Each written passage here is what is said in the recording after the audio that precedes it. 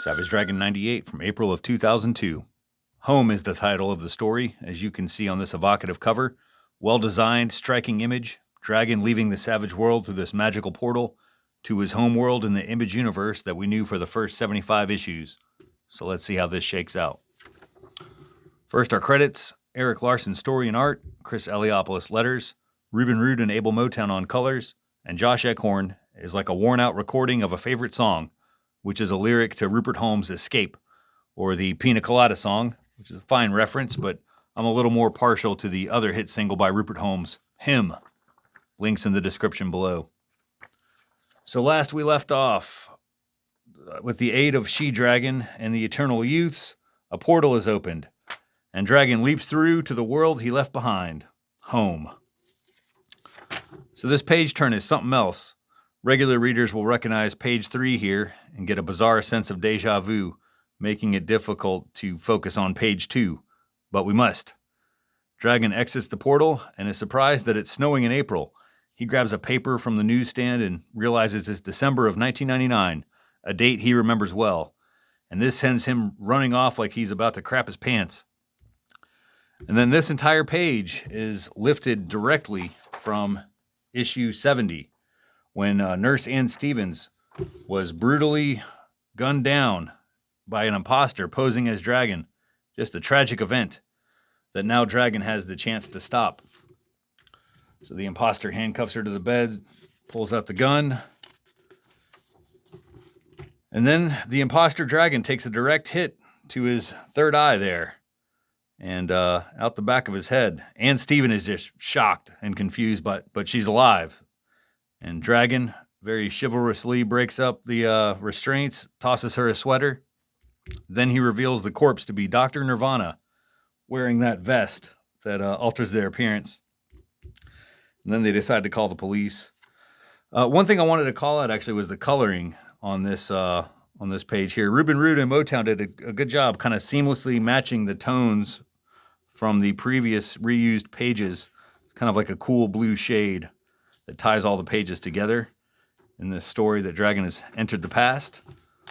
So they call the Chicago PD, and they all show up to Ann's apartment here.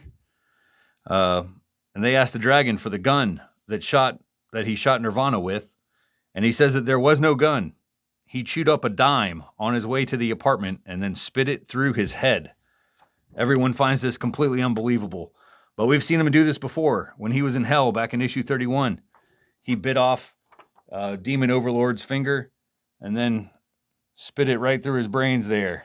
So there is a precedent here. Anyway, Dragon is ranting about time travel and, different Earths and stuff. He sounded like a real kook. Then Alex Wilde joins the party, which thrills Dragon to see his partner / fuck buddy alive and once again.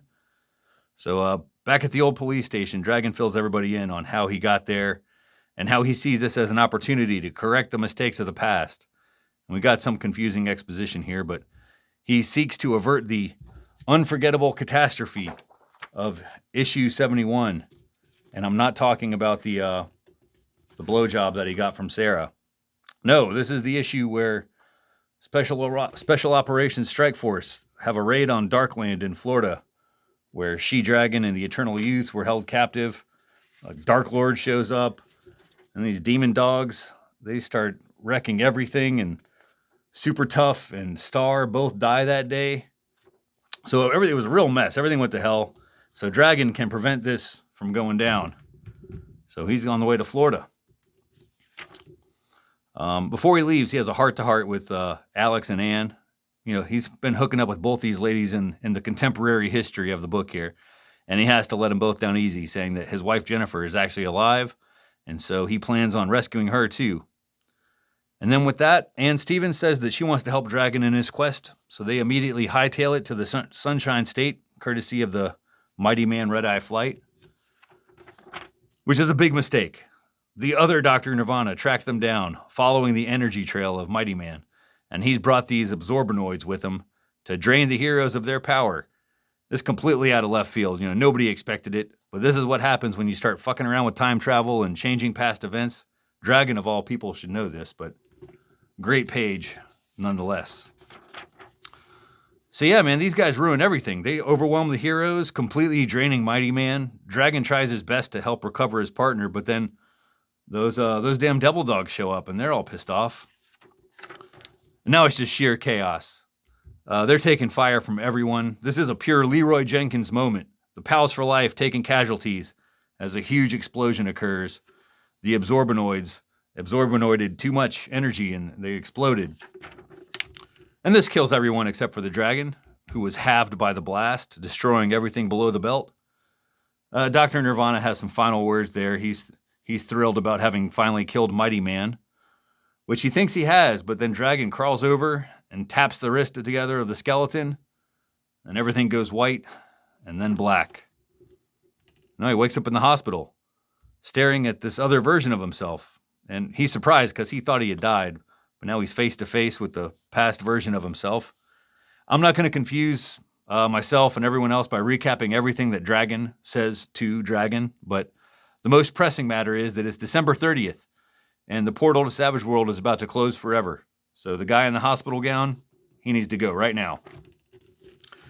Before he enters the portal, he tells the other dragon that the Covenant has Jennifer and that his child Malcolm as well is there, and not to kill baby Dark Lord. Then he says, have a nice life, and he fucks off. So a completely bonkers issue, and I loved it. Definitely difficult to recap, but like the experience of reading this issue is a real roller coaster with some curveballs thrown by Larson, just kind of manipulating long-term readers' expectations against themselves every other page turn. So this was a good one. On to a redesigned Fanatics, a new two-column format. So definitely less dense and intimidating than these old pages here. This wall of text. It's refreshing to see that kind of more breezy layout here. The same amount of pages, though still plenty of letters, starting with Larson himself, who he's talking about his run up to issue 100. He says he's killing himself to get the book back on track. And in regards to the release schedule, he had stepped up production, putting out a new comic every 2 weeks, but then the retailers started complaining about not having enough shelf space. So he says by December it'll all be sorted out. But this is mostly a reaction to issue 96, which had like a 2-year time jump and the creator with his goofy homage characters. Overall, people seem to really enjoy it. Joe Torvisia here brings up the fact that if you count the 3-issue Savage Dragon miniseries, then Larson has already crossed that 100 consecutive issue threshold. And Larson says, it seemed like a good idea at the time, but in retrospect, I regret having restarted the numbering at number 1 when I opted to do an ongoing series. Live and learn. So I did not know that. So lots of John Byrne mentions from the fans, of course, because of the creator Johnny Redbeard connection in issue 96. Anyway, Larson has wanted to move on from this association, so that's why he renamed the character and redesigned it. Larson admits that Byrne was an early artistic influence, and it still shows up in his work today. So let's see. Finally, somebody asked about the CGI in the Hulk movie. If it looks good, would Larson consider a CGI Savage Dragon film? Larson is not interested. He says he would want a real actor and not CGI. But I'm curious if he's changed his mind in the last 20 years, you know. I think a CGI dragon would probably be the way to go. That does it for the letters page. Next is Comic Bits by Chris Giarrusso. This one features G-Man and his brother, the Great One, who criticizes his superhero costume, specifically his cape, a couple years before Edna Mode had the same argument. Buried the lead back here, man. Desperate Times is back, at least for one issue. Nick Darrington was on vacation, so Larson called on his letterer, Chris Eliopoulos, to revive his old strip, fill in a couple pages this month. So that was nice to see. That just leaves Dragonbert by Carl H., which was actually pretty funny, taking down the fanboys. Finally, an ad for the upcoming Super Patriot miniseries by Robert Kirkman, America's Fighting Force. That's going to do it for this one. Next is issue 99. Adios.